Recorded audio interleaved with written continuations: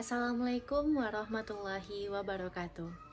Alhamdulillahilladzi hadana lihadza wa ma kunna linahtadiya laula an hadanallah. Asyhadu alla ilaha illallah wa asyhadu anna Muhammadan abduhu wa rasuluh. La nabiyya ba'da amma ba'du. Puji syukur marilah sama-sama kita panjatkan atas kehadiran Allah Subhanahu wa Ta'ala yang telah melimpahkan rahmat dan karunia-Nya kepada kita semua. Salawat beriringan salam tidak lupanya kita panjatkan terhadap junjungan umat, yakninya Nabi besar Muhammad Sallallahu Alaihi Wasallam yang bertitalkan Allahumma sholli ala Sayyidina Muhammad wa ala ali Muhammad. Yang terhormat Bapak Ibu dosen pengampu mata kuliah Hukum Tata Negara Islam yaitu Bapak Profesor Dr. Haji Zainuddin MA dan Ibu Nurul Aini Oktavia MH. Sebelumnya perkenalkan saya Aulia Natasha dengan NIM 2330203013 dari kelas HTNA.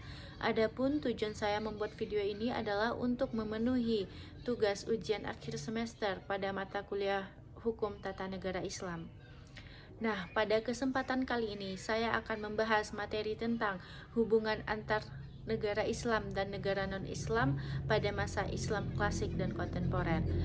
Khususnya pada kesempatan kali ini saya akan mengangkat isu tentang pernyataan Presiden Prabowo terkait two-state solution, yaitu kemerdekaan untuk Palestina dan peluang Indonesia untuk menjalin hubungan diplomasi dengan Israel. Indonesia siap untuk mengakui Israel dan kita siap untuk membuka hubungan diplomatik dengan Israel. Gawat, Presiden Prabowo akui kedaulatan negara Israel. Indonesia bakal buka kerjasama dengan Israel. Katanya pro-Palestina. Gimana sih? Jangan di-skip. Tonton videonya sampai habis. Bagi sebagian besar masyarakat Indonesia, khususnya umat yang beragama Islam, kemerdekaan Palestina merupakan isu keadilan dan kemanusiaan yang sangat penting. Dukungan terhadap Palestina dianggap sebagai sebuah bentuk solidaritas terhadap negara yang tertindas. Oleh karena itu, setiap kebijakan presiden terkait Palestina dan hubungan dengan Israel menjadi sangat sensitif dan menjadi sorotan publik.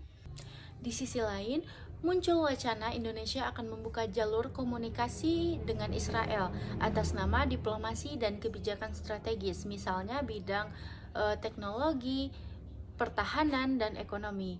Namun kebijakan ini tentunya banyak sekali menuai pro kontra dari masyarakat, karena jika dilihat Indonesia merupakan negara dengan mayoritas penduduk muslim terbesar nomor 2 di dunia.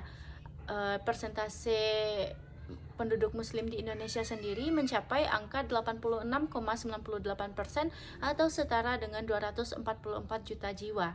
Jika dilihat dari kacamata masyarakat awam, kebijakan yang diambil oleh Presiden Prabowo ini merupakan sebuah bentuk ujian terhadap konsistensi nilai-nilai yang selama ini dijunjung tinggi oleh masyarakat Indonesia. Lantas, bagaimanakah jika kebijakan ini kita lihat dari kacamata hukum tata negara dan hukum tata negara Islam?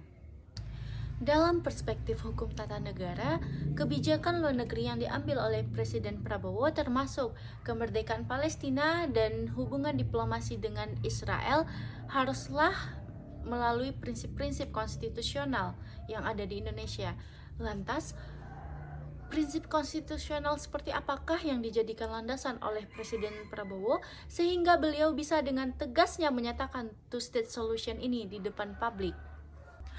Jika kita lihat di dalam pembukaan Undang-Undang Dasar 1945, khususnya alinea pertama berbunyi, kemerdekaan itu adalah hak segala bangsa, dan oleh sebab itu, maka penjajahan di atas dunia harus dihapuskan karena tidak sesuai dengan pri kemanusiaan dan pri keadilan. Hal ini berarti Indonesia secara konstitusional mendukung kemerdekaan untuk bangsa lain, termasuk kemerdekaan untuk Palestina.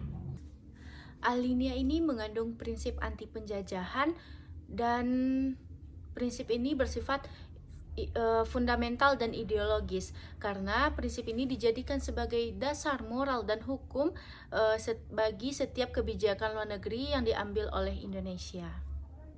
Selain itu, di alinea keempat pembukaan Undang-Undang Dasar 1945 juga disebutkan tujuan mendirikan negara Indonesia adalah untuk ikut serta melaksanakan ketertiban dunia yang berdasarkan kemerdekaan, perdamaian abadi, dan keadilan sosial.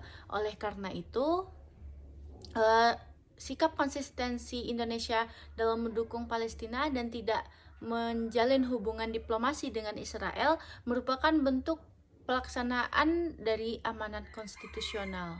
Pengakuan kemerdekaan Palestina merupakan salah satu bentuk kontribusi Indonesia terhadap ketertiban dunia yang berlandaskan kepada kemerdekaan. Sedangkan penolakan Indonesia terhadap jalinan hubungan diplomatik antara Indonesia dengan Israel ini merupakan salah satu bentuk konsistensi Indonesia dalam menjalankan amanat konstitusi. Di dalam pasal 11 ayat 1 Undang-Undang Dasar 1945 dijelaskan bahwa Presiden dengan persetujuan Dewan Perwakilan Rakyat menyatakan perang, membuat perdamaian, dan membuat perjanjian dengan negara lain. Hal ini berarti jika Presiden hendak menjalin hubungan diplomasi dengan negara lain, maka harus melalui mekanisme hukum yang sah dan tetap berada di dalam kerangka konstitusi. Di dalam hukum tata negara Islam, prinsip hubungan antar negara Islam dan negara non-Islam harus didasarkan kepada keadilan dan perdamaian.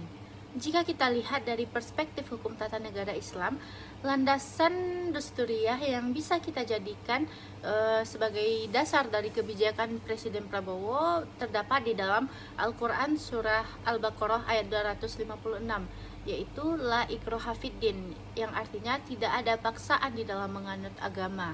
Menjalin hubungan diplomatik di dalam hukum Islam itu dibolehkan dengan negara non-muslim selama tidak mengandung unsur permusuhan dan unsur pengkhianatan.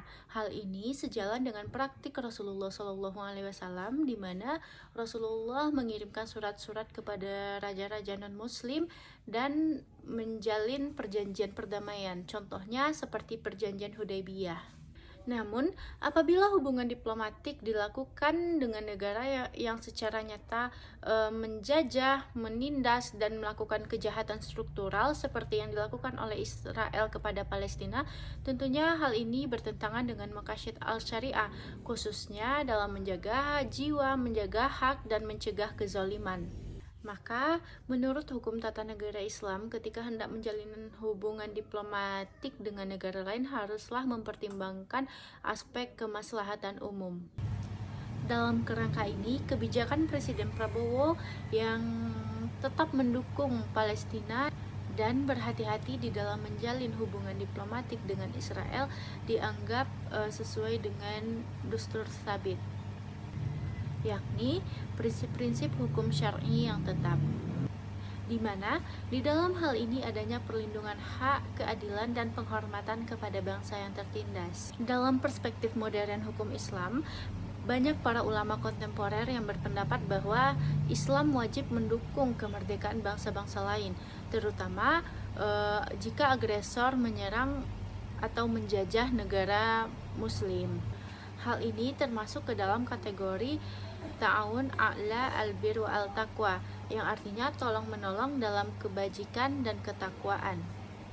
Nah, dari penyampaian materi yang telah saya sampaikan tadi, dapat saya ambil kesimpulan bahwasannya kebijakan yang diambil oleh Presiden Prabowo terkait mendukung kemerdekaan Palestina dan juga menjalin hubungan diplomatik dengan Israel ini sejalan dengan prinsip konstitusi yang mana terdapat di dalam pembukaan Undang-Undang Dasar 1945, khususnya pada alinea pertama dan alinea keempat yang menolak penjajahan dan mendorong perdamaian. Hal ini juga sejalan dengan pasal 11 ayat 1 Undang-Undang Dasar 1945 yang mengatur hubungan luar negeri Indonesia dalam kerangka konstitusi.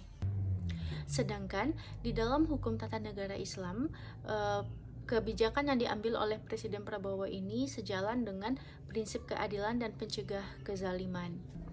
Mungkin hanya itu yang dapat saya sampaikan. Terlebih dan terkurang saya mohon maaf karena minimnya ilmu yang saya miliki. Saya akhiri dengan Assalamualaikum warahmatullahi wabarakatuh.